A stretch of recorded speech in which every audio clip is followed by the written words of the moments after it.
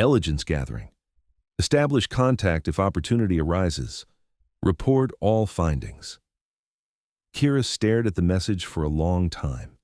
Reassignment meant they were not punishing her for the failed assassination. That was unusual. The resistance did not tolerate. Kira pressed herself against the cold marble wall, her breathing controlled to near silence. Through the ornate ballroom below, she could see her target clearly. Senator Elena Volkov stood beneath crystal chandeliers, laughing at something a diplomat had said. The woman wore a deep emerald gown that matched her eyes, and her silver hair was pulled back in an elegant twist. She looked nothing like a monster, but Kira knew better.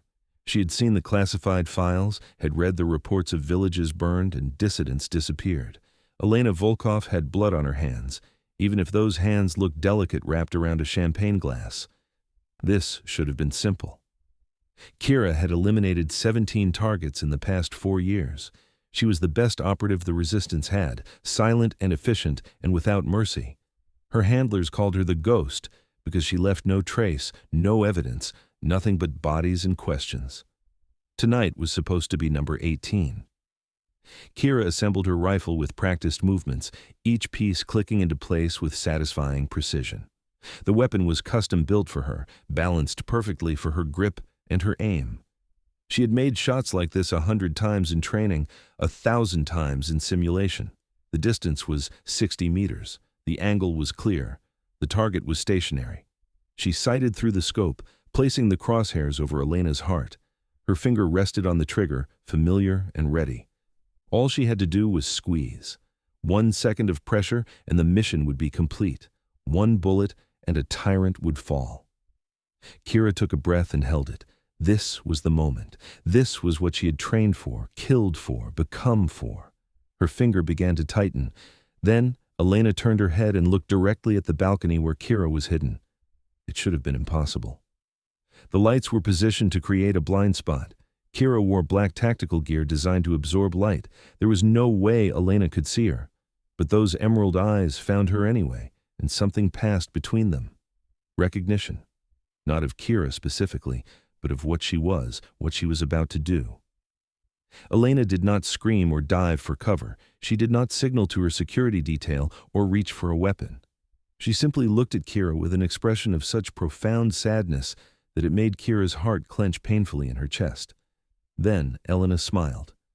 It was not triumphant or mocking. It was gentle, almost apologetic, like she was sorry for whatever Kira was about to do, like she understood the weight of it and forgave her anyway. Kira's finger froze on the trigger. Her training screamed at her to fire, to complete the mission, to not let emotion interfere with duty. But something, deeper, something she thought she had killed years ago, whispered that this was wrong. The moment stretched impossibly long. Kira's heart hammered against her ribs. Sweat formed on her palms despite the cool night air. Below, Elena waited with that sad, gentle smile. Kira lowered the rifle. She did not understand why. She could not explain it to herself, let alone to her handlers. She only knew that shooting Elena Volkov suddenly felt like the worst thing she could possibly do. By the time security swept the balcony 3 minutes later, Kira was gone, disappeared into the city like smoke. But she could still see those emerald eyes in her mind, still feel the weight of that sad smile. And she knew, with absolute certainty, that her life had just changed in ways she could not begin to comprehend. 3 days later, Kira received new orders. The message arrived through her encrypted phone. Text only, no voice. Mission failure noted. Target remains active. Reassignment, close surveillance and int failure lightly. She had expected consequences, possibly severe ones. Instead, they were giving her another chance, a different approach. Perhaps they thought Elena had somehow detected the attempt and that a more subtle strategy was needed. Or perhaps they suspected Kira's failure was due to circumstances beyond her control rather than incompetence or disloyalty. Either way, she had a new mission. Get close to Elena Volkov, learn her routines, her weaknesses, her secrets, and when the moment was right, finish what she had started. Kira should have felt relief. This was a reprieve, an opportunity to redeem herself.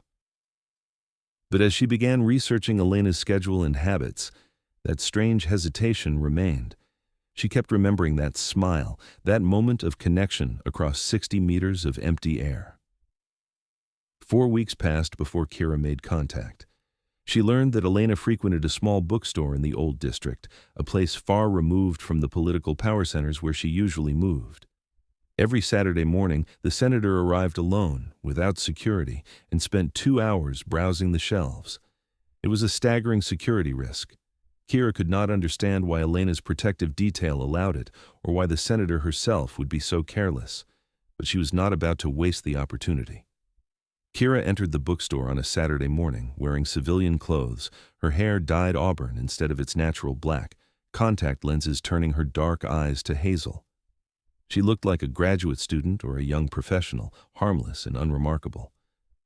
Elena was in the poetry section, running her fingers along book spines with obvious affection. Up close, she looked younger than her 52 years, though fine lines around her eyes suggested someone who had seen much and felt deeply.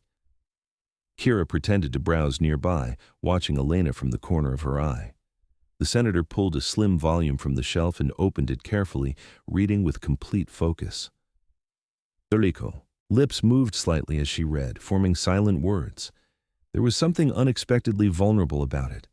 This was not the cold political operative from the intelligence files. This was someone who loved poetry, who sought quiet moments in bookstores, who stood alone and unguarded among strangers. Kira moved closer, letting her presence become noticeable. Elena glanced up from her book, and their eyes met for the second time. Recognition flickered across Elena's face. Not specific recognition. Kira was certain her disguise was effective. But there was something in Elena's expression that suggested she sensed familiarity, a connection she could not quite place. "Good morning," Elena said pleasantly. Her voice was cultured but warm, with traces of an accent that suggested Eastern European roots. "Are you a poetry enthusiast?" Kira had prepared for this. "I am trying to be.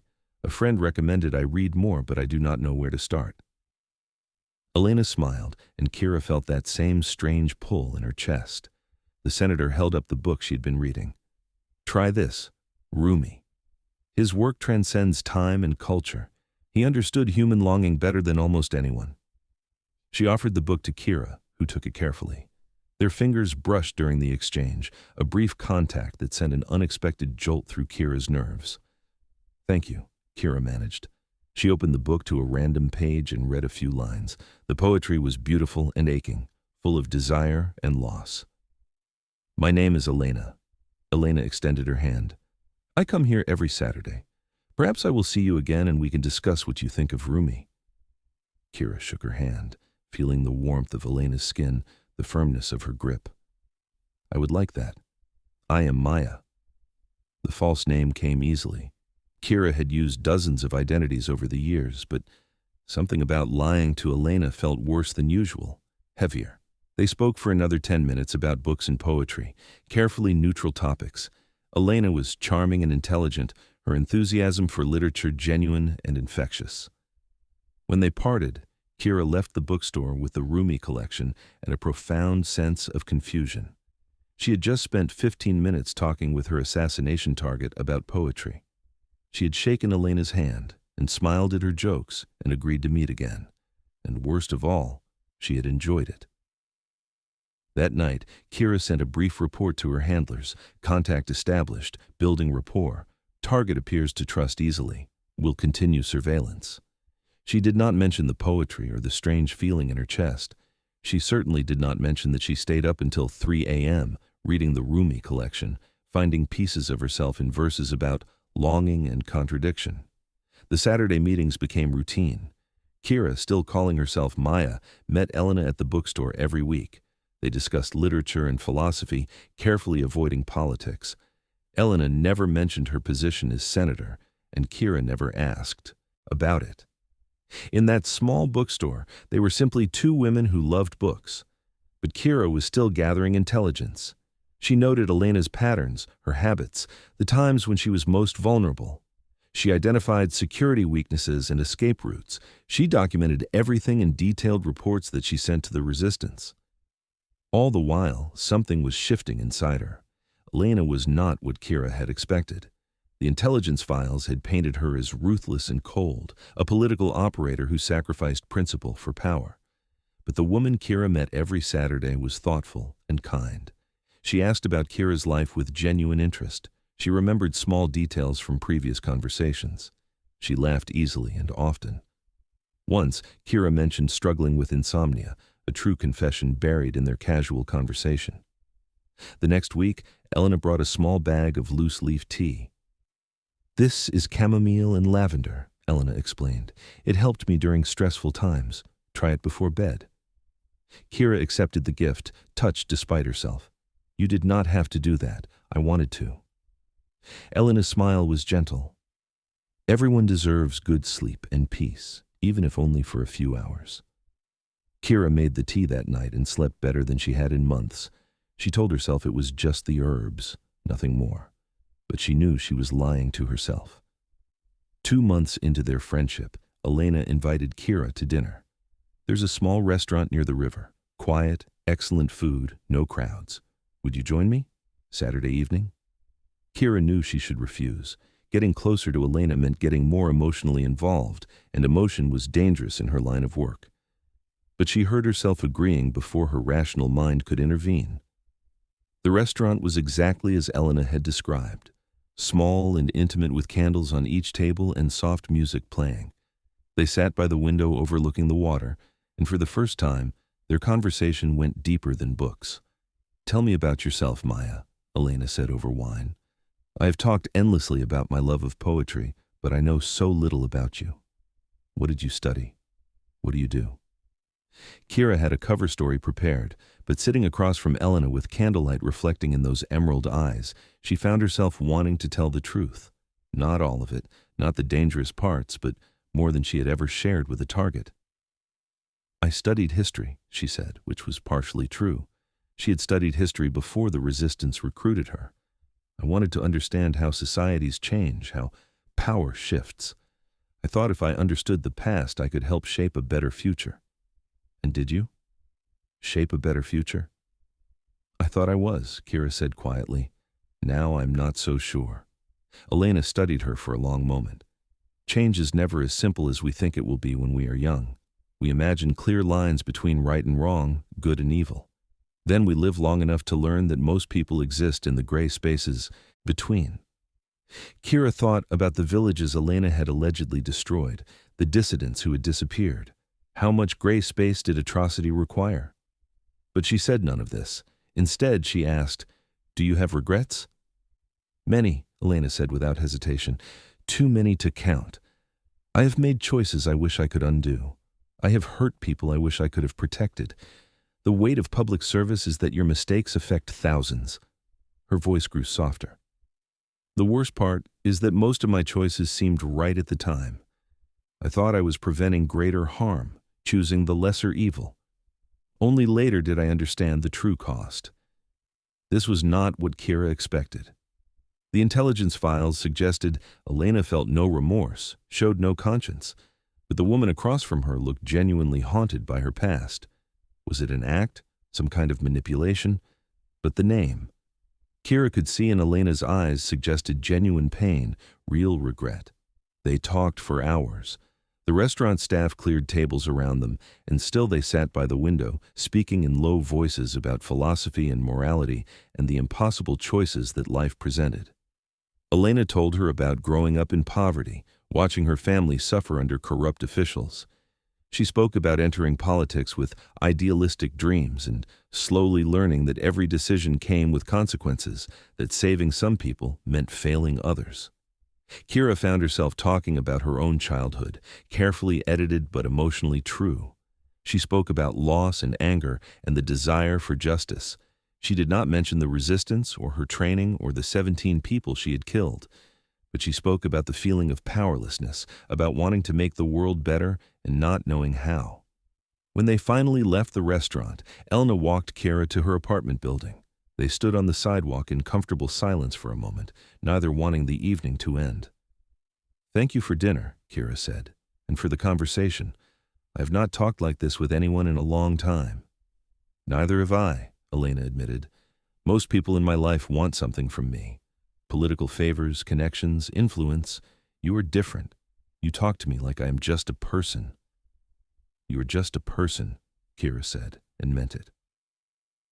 Elena smiled that sad smile again, the one that had stopped Kira from pulling the trigger months ago. Sometimes I forget that. Thank you for reminding me. She reached out and squeezed Kira's hand gently, then turned to walk away. Kira watched her go, watched her security detail materialize from the shadows to follow at a discreet distance. The senator who loved poetry and carried guilt and treated strangers with kindness disappeared into the night, and Kira stood alone on the empty street feeling more conflicted than she had ever felt in her life. That night, she wrote a different kind of report. Contact deepening. Target demonstrates unexpected vulnerability. Possible emotional manipulation suspected, but evidence inconclusive. Recommend continued surveillance. She did not mention that she was the one being manipulated, that with every conversation, every shared smile, every moment of genuine connection, her resolve weakened. She did not mention that the thought of killing Elena Volkov now made her physically ill, and she certainly did not mention that she might be falling in love. The crisis came 6 weeks later, sudden and violent like a summer storm. Kira was in her apartment when her phone buzzed with an urgent message from the resistance. Volkov moving against dissidents, safe house compromised, multiple casualties expected, execute target immediately, authorization granted for collateral damage. Kira's blood went cold. She pulled up news feeds and saw reports of a military raid on an apartment building in the industrial district. Government forces were moving in with heavy weapons. The building was a known resistance safe house, though officially it was just residential housing. Elena had ordered this. Elena, who read poetry and drank tea and spoke about regret, had just sent soldiers to kill Kira's people. All the doubts, all the confusion, all the emotional complication crystallized into cold fury. She had been right the first time. Elena Volkov was a monster who wore a human face. The kindness had been a lie. The vulnerability had been manipulation. Kira had let herself be fooled, and now people were dying because of it. She grabbed her gear and headed for Elena's private residence. No more surveillance, no more waiting. Tonight, the senator would pay for every life she had taken. Elena's home was a large house on the outskirts of the city, surrounded by gardens and protected by sophisticated security. But Kira knew the systems now. She had studied them for months. She bypassed cameras and sensors with practiced ease, moving through the grounds like a shadow. The house was mostly dark. Only a few lights burned in the upper windows. Kira entered through a service entrance, her silenced pistol ready. She cleared each room methodically, expecting guards or staff. But the house was empty except for Elena. Kira found her in a study on the second floor. Elena sat at a desk with her head in her hands, surrounded by documents and reports. She looked exhausted and broken, nothing like the composed senator from the bookstore. When Kira entered, Elena looked up slowly. There was no surprise in her eyes, no fear, only resignation and that same sad smile. "Maya," she said softly, "or should I call you something else?" Kira kept her gun trained on Elena's chest. "You knew." "Not at first." Elena leaned back in her chair, making no move to defend herself or call for help. "But I suspected after a few weeks. You asked too many careful questions. You never spoke about your life in any specific way. And your eyes, there is something in them. Something hard beneath the kindness. I have seen eyes like that before. Then why did you keep meeting me? Why did you let me get close?" "Because I enjoyed your company," Elena said simply. "Because our conversations were the only real interactions I have had in years. Because I thought, perhaps foolishly, that I might change your mind about me. By pretending to be someone you are not? By acting kind while you order raids on innocent people?" Elena flinched as if struck. "The raid tonight. You know about it." "I know everything." Kira's voice shook with rage. "I know about the safe house. I know about the people you are killing right now while you sit here pretending to have a conscience."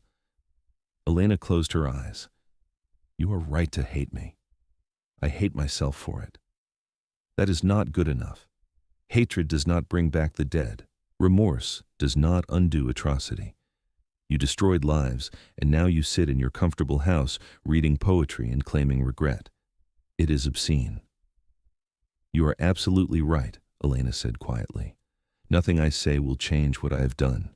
Nothing I feel will matter to the people I have hurt. But Maya, Kira, whoever you are, I need you to understand something." She opened her eyes and looked directly at Kira with raw, desperate honesty. "I did not order the raid tonight. I found out about it 3 hours ago when it was already in motion. Military intelligence identified the building as a resistance cell. They moved without my authorization, and by the time I learned about it, I could not stop it without revealing that I knew about resistance safe houses, which would have made me look complicit. That's a lie. You are the senator. You have authority." "I have a title," Elena corrected bitterly, "but real power belongs to the military council. I am a figurehead, useful for appearances but ultimately disposable. If I had tried to stop the raid, they would have removed me and continued anyway. Then they would have investigated how I knew about the safe house, and more people would have died. Convenient excuse. It is the truth." Elena stood slowly, still making no aggressive moves. "I've been trying to change things from inside the system for 15 years. I thought I could moderate the extremists, protect civilians, prevent the worst atrocities. But I have failed. Every compromise I made to maintain my position, every time I stayed silent to preserve my influence, I failed. And tonight is proof of that failure." She walked toward Kira slowly, stopping just feet away. The gun remained pointed at her heart, but Elena did not seem to care. "So shoot me," Elena said. "I am not going to stop you. I am not going to beg or fight or call for help. If you believe I deserve to die, then do what you came here to do. Perhaps you are right. Perhaps my death will accomplish more than my life has." Kira's finger rested on the trigger, the same position she had been in months ago on the balcony. This time there was no distance between them, no scope or targeting system, just two women standing face to face, one with a gun and one waiting to die. "Do it," Elena whispered. "End this." But Kira could not. Her hand trembled. Her breathing came fast and ragged. Every instinct screamed at her to fire, to complete her mission, to avenge the dead. But something deeper, something that had grown over months of conversations and shared silences, refused to let her. "Damn you," Kira choked out. "Damn you for making me care. Damn you for being kind to me. Damn you for being human." "I am sorry," Elena said, and tears began to fall down her face. "I am so sorry for all of it. For the people who died, for the lies I told myself, for letting you care about someone like me." They stood frozen in that moment, the gun between them like a physical manifestation of everything keeping them apart. Kira could pull the trigger. It would be so easy. One motion, one bullet, and it would all be over. Instead, she lowered the gun. Elena looked shocked. "What are you doing?" "I do not know," Kira admitted. She felt tears on her own face now, hot and angry. "I do not know anymore. I came here to kill you. I should kill you. But I cannot. I cannot." She sank to the floor, the gun clattering beside her. Elena dropped to her knees as well, and they knelt facing each other in the dim study, surrounded by books and documents and the weight of impossible choices. "I have killed 17 people," Kira said through her tears. 17 targets that the resistance identified as threats. "I pulled the trigger every time without hesitation because I believed in the cause. I believed I was making the world better. But you, I cannot kill you. And I do not know if that makes me weak or if I have been wrong about everything." Elena reached out slowly and took Kira's hands in her own. "You're not weak. You're human. You're capable of change and growth and seeing complexity where you once saw only simplicity. That is not weakness. That is evolution. But people are dying. My people are dying tonight because I did not complete my mission months ago. And if you had killed me that night," Elena said gently, "someone else would have taken my place, probably someone worse, someone without regret or conscience. Your resistance leadership knows this. That is why they kept you on surveillance instead of punishing you for failure. They were hoping you would discover something more valuable than my death. What could be more valuable than removing a tyrant? Information, alliance." Elena squeezed Kira's hands. "I have access to classified intelligence. I know military plans, supply routes, security protocols. I've been looking for a way to use that information to actually help people instead of just protecting myself. But I could not trust the resistance. Too many factions, too many extremists who would use the intelligence to cause more death rather than prevent it. And you think you can trust me? I think we have both learned something about each other over these months. Elena's voice was steady now, certain.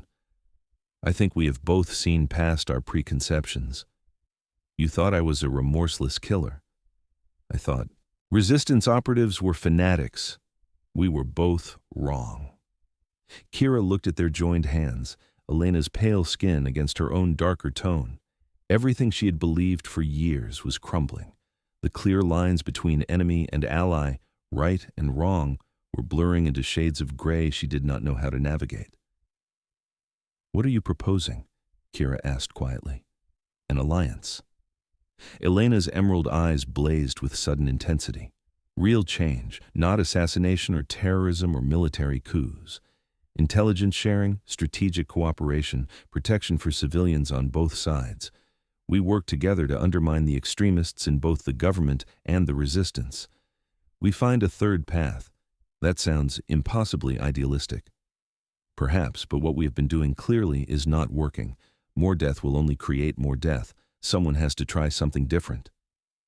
Kira wanted to refuse. Every bit of her training told her this was a trap, manipulation, a sophisticated ploy to neutralize her.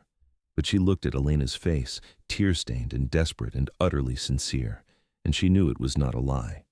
If I agree, Kira said slowly, I will be betraying the resistance.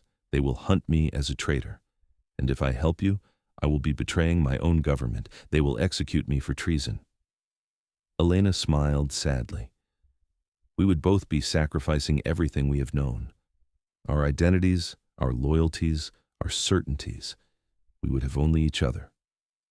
Only each other, Kira repeated. She thought about that. No backup, no handlers, no orders from above. Just two women trying to find a better way in a world designed for violence. It was terrifying. It was impossible. It was the only choice that felt right. I need proof, Kira said.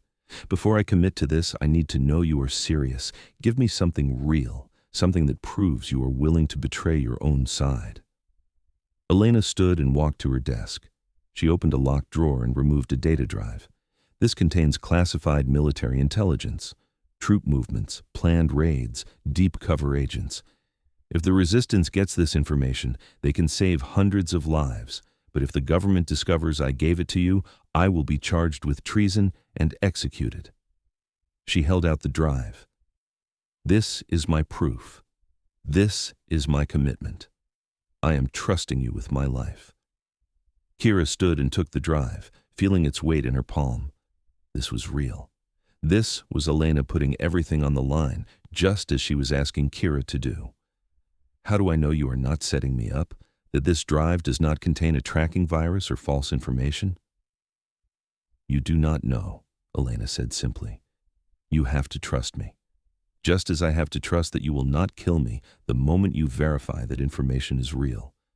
We are both taking a leap of faith here. They stood staring at each other across the study that had become the site of their unlikely alliance. Outside, sirens wailed in the distance. The raid was still ongoing. People were still dying. But here, in this moment, something new was being born, something fragile and uncertain but possibly transformative. Kira made her decision. She pulled out her phone and encrypted connection to her resistance handlers. She typed carefully, choosing words that would burn all her bridges. Mission terminated. Target has been turned, providing intelligence that will save operations, requesting extraction and debrief. Will explain in person. She hit send before she could reconsider. There was no going back now. Elena watched her with wide eyes. What did you just do? I chose you, Kira said. I chose this. Whatever happens next, we face it together. Elena closed the distance between them and pulled Kira into an embrace. They held each other tightly, two women who should have been enemies finding unexpected safety in each other's arms. Thank you, Elena whispered. Thank you for seeing me. Thank you for choosing differently. Kira buried her face in Elena's shoulder and let herself feel everything she had been suppressing for months. The fear and confusion, the hope and possibility, the terrifying vulnerability of caring for someone she had been trained to kill. "What do we do now?" Kira asked. "Now we run," Elena said. "We take the intelligence, we disappear, and we start building something new. It will not be easy. Both our organizations will hunt us. We will have to be very careful, very smart. I can do careful and smart. I know you can." Elena pulled back just enough to look at Kira's face. "You are the most capable person I have ever met, and now, thankfully, you are on my side." "We are on the same side," Kira corrected, "not yours or mine." "Ours." "Ours," Elena agreed. She smiled, and this time it was not sad. It was hopeful, genuine, full of possibility. "I like the sound of that." They spent the next hour preparing. Elena gathered documents and emergency funds while Kira planned their escape route. They would head north to the border, then cross into neutral territory where neither government nor resistance had strong presence. From there, they would establish a secure location and begin the work of creating their unlikely alliance.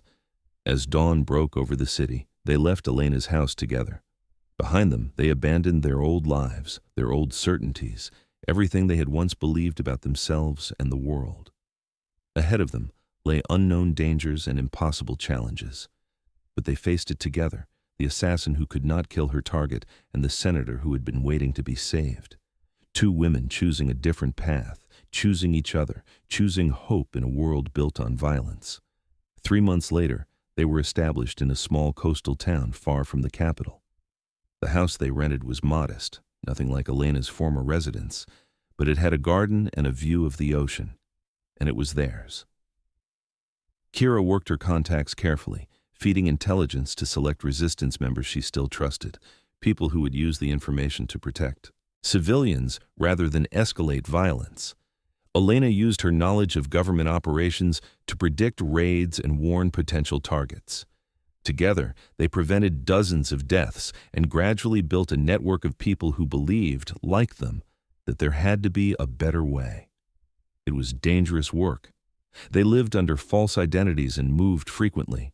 They trusted few people and always kept escape plans ready. Both the resistance and the government were searching for them, though neither side seemed to fully understand what they were doing. But they had each other, and somehow that made the danger bearable. One evening, they sat together on their small porch, watching the sunset paint the ocean in shades of gold and crimson. Elena had a book of poetry in her lap, Rumi, the same collection she had given Kira in that bookstore months ago. Kira leaned against her shoulder, feeling peaceful in a way she never had before. "Read to me," Kira requested quietly. Elena opened the book and found a familiar passage. Her voice was soft and melodic as she read. "Out beyond ideas of wrongdoing and right-doing, there is a field. I will meet you there." She closed the book and looked at Kira. "We found that field, didn't we?" "We did," Kira agreed. She took Elena's hand and laced their fingers together. "Against all odds, against all logic, we found it." "Do you regret it?" Elena asked. "Choosing this instead of completing your mission?" "Never," Kira said without hesitation. "Killing you would have been the easy choice. What we are doing now, this is harder. But it is right. I know it is right." Elena kissed her forehead gently. "I love you. I know I should not. I know it complicates everything. But I do." Kira turned to face her fully. "I love you too. I think I have loved you since that first day in the bookstore when you handed me that book and smiled.